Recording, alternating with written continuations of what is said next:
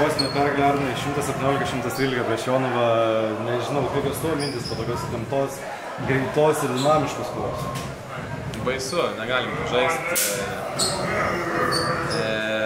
Katastrofą, manau. 60 keli taškai per pirmą pusę nuo Jonavos, tai čia yra...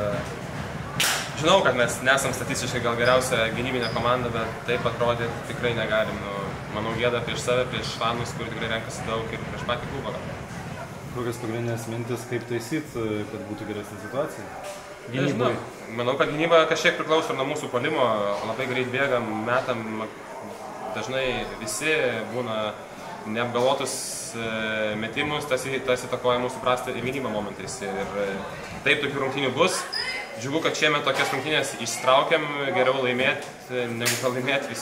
Po to gale pavasarį šitie taškai gali labai brangiai kainuoti. Pats irgi minėjai tą neapgalvotą metimą, vieną tokį paleidai greitoji takui, į save reflektuoji? Tai čia visi, manau, ir aš save galiu pasimti tą metimą, tikrai atrodo emociškai, kad gali įmesti perlaužti rungtynės, bet atgal gaunam greitus taškus, tai čia, manau, kad visai komandai skirti.